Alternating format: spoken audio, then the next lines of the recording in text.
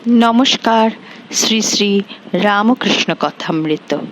তব কথামৃতং তপ্ত জীবনং কবিভিরিতং কলমশাপহম শ্রবণমঙ্গলং শ্রীমদাততং ভুবি গৃহন্তি ये ভুরিদা জনা।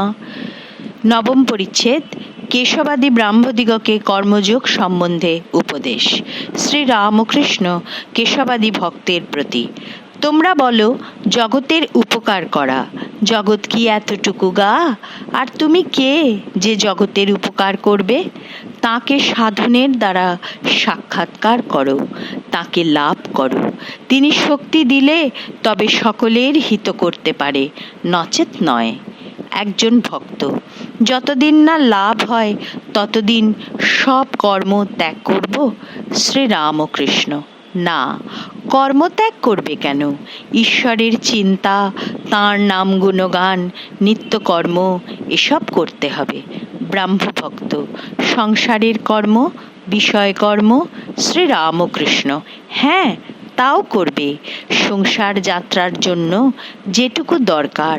কিন্তু কেঁদে নির্জনে তার কাছে প্রার্থনা করতে হবে যাতে ওই কর্মগুলি নিষ্কামভাবে করা যায়। আর বলবে, হে ঈশ্বর, আমার বিষয় কর্ম কমিয়ে দাও, কেননা ঠাকুর, দেখছি যে বেশি কর্ম জুটলে তোমায় ভুলে যাই। মনে করছি নিষ্কাম কর্ম করছি, কিন্তু সকাম হয়ে পড়ে। হয়তো দান সদাব্রত বেশি করতে গিয়ে লোকমান্য হতে ইচ্ছা হয়ে পড়ে। শম্ভু মল্লিক হাসপাতাল, ডাক্তারখানা, স্কুল, রাস্তা, পুষ্করিণীর কথা বলেছিল। আমি বললাম, সম্মুখে যেটা পড়ল না করলে নয়, সেটাই নিষ্কাম হয়ে করতে হয়। ইচ্ছে করে বেশি কাজ জড়ানো ভালো নয়, ঈশ্বরকে ভুলে যেতে হয়। কালীঘাটে দানই করতে লাগলো, কালী দর্শন আর হলো না। হাস্য: আগে জোশো করে ধাক্কাধুক্কি খেয়েও কালী দর্শন করতে হয়, তারপর দান যত করো আর না করো, ইচ্ছা হয় খুব করো। ঈশ্বর লাভের জন্যই কর্ম। শম্ভুকে তাই বললুম, যদি ঈশ্বর সাক্ষাৎকার হন, তাকে কি বলবে কতগুলো হাসপাতাল ডিসপেন্সারি করে দাও? ভক্ত কখনো তা বলে না, বরং বলবে, ঠাকুর, আমায় পাদপদ্মে স্থান দাও, নিজের সঙ্গে সর্বদা রাখো, পাদপদ্মে শুদ্ধা ভক্তি দাও। কর্মযোগ বড় কঠিন।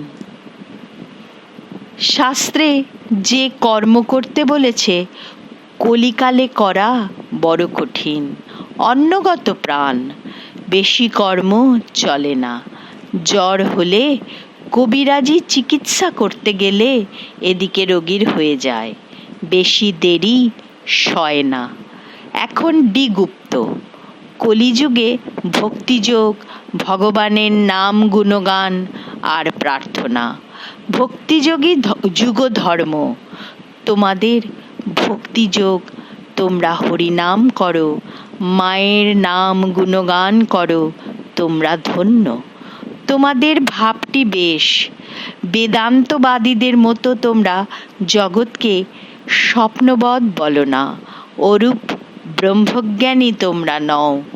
তোমরা ভক্ত, তোমরা ঈশ্বরকে ব্যক্তি বলো, এও বেশ। তোমরা ভক্ত, ব্যাকুল হয়ে ডাকলে তাকে অবশ্য পাবে। জাহাজ কয়লাঘাটে এইবার ফিরিয়া আসিল। সকলে নামিবার উদ্যোগ করিতে লাগিলেন। ঘরের বাহিরে আসিয়া দেখেন, কোজাগরের পূর্ণচন্দ্র হাসিতেছে। ভাগীরথী বক্ষ কৌমুদীর লীলাভূমি হইয়াছে। ঠাকুর শ্রীরামকৃষ্ণের জন্য গাড়ি আনিতে দেওয়া হলো। কিয়ৎক্ষণ পরে মাস্টার ও দু একটি ভক্তের সহিত ঠাকুর গাড়িতে উঠলেন। কেশবের ভ্রাতুষ্পুত্র নন্দলালও গাড়িতে উঠলেন, ঠাকুরের সঙ্গে খানিকটা যাবেন। ওম নিরঞ্জনং নিত্যানন্তরূপম ভক্তানুকম্পাধৃত